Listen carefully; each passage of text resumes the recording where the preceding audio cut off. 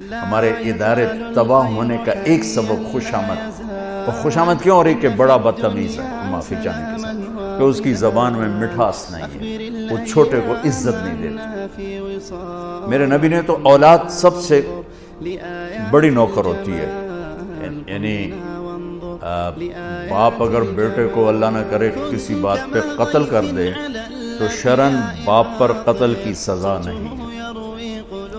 بیٹا قتل کرے تو اس کو بغیر جنازے کے دفن کیا جائے، اس کا جنازہ بھی نہیں۔ اگر بیٹا باپ کو قتل کرے تو اس کا جنازہ بھی نہیں،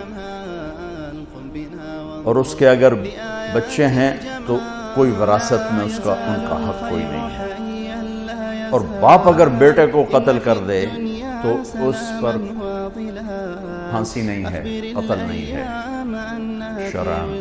ویسے کوئی قاضی اپنے ثوابدید پر کوئی سزا دے دے سالوں کی، مہینوں کی، تو الگ بات ہے، اتنا بڑا حق ہے۔ تو جتنی غلامی اولاد کے لیے ہے، وہ ہے جس ماں نے 9 مہینے اٹھایا ہو۔ ایک شخص آیا حضرت عبداللہ بن عمر کے پاس، عبیداللہ بن عمر کے پاس، حضرت میں نے ماں کو حج کرایا کندھے پہ بٹھا کے، میں نے ماں کا حق ادا کر لیا۔ تو انہوں نے کہا وَلَا طَلْقَةً وَاحِدَةً۔ طلقہ کسے کہتے ہیں؟ جب بچہ پیدا ہوتا ہے تو ماں کو دردوں کی لہریں اٹھتی ہیں، اور وہ بے شمار اٹھتی ہیں، تڑپا کے رکھ دیتی ہیں۔ اس ایک لہر کو طلقہ کہتے ہیں۔ ایک لہر، جو ایک لہر اٹھ کے چلی جاتی ہے اور پیچھے دوسری آ رہی ہوتی ہے، اس ایک لہر کو طلقہ کہتے ہیں۔ تو حضرت فاطمہ کا اور آنا جانا کبھی کبھی نہیں ہے، ہر دوسرے تیسرے دن آنا ہے، روز بھی آنا ہے، چونکہ ساتھ ساتھ تو گھر ہیں۔ اور آپ کو اپنی اولاد میں سب سے زیادہ پیار حضرت فاطمہ، میرے جگر کا ٹکڑا ہے، جس نے اسے سکھ دیا اس نے مجھے سکھ دیا، جس نے اسے تکلیف دی اس نے مجھے تکلیف دی۔ فاطمہ میری بیٹی جنت کی عورتوں کی سردار ہے، ایسے خوبصورت فضائل تو کسی کو نہیں ملے۔ میرے بیٹے حسن حسین جنت کے نوجوانوں کے سردار ہیں۔ فاطمہ تو، میں، یہ دونوں، یہ علی، ہم پانچوں قیامت میں اکٹھے ہوں گے۔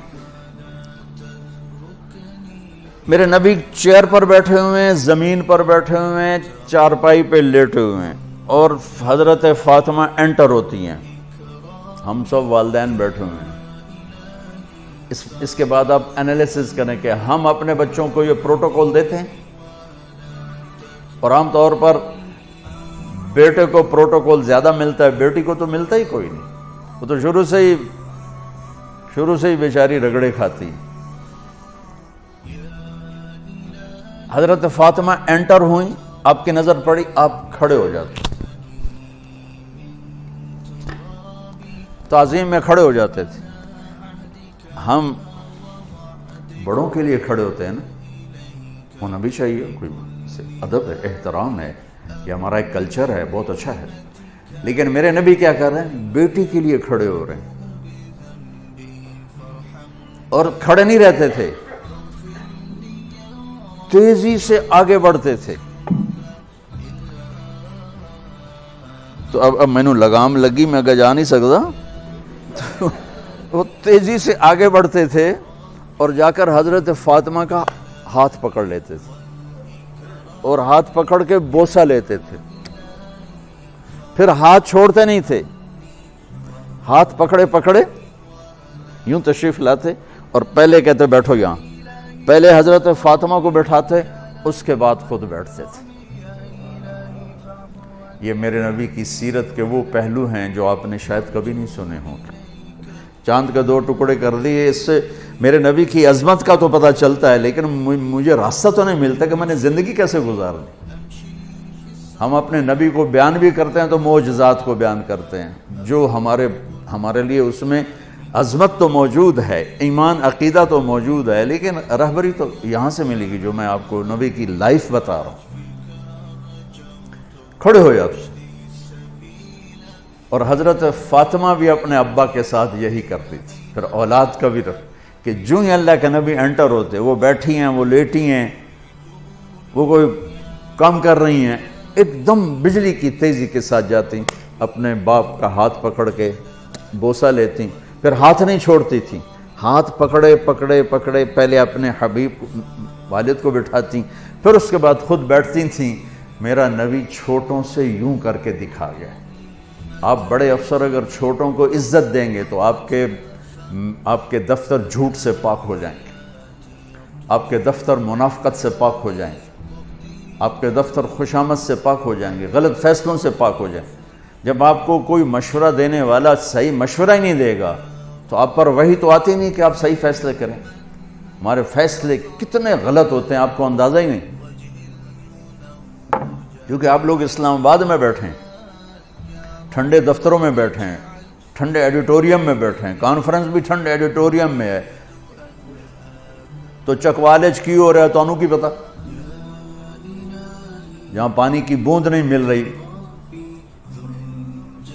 اوپر سے نظام ہو خوش آمد والا تو تباہی ہے۔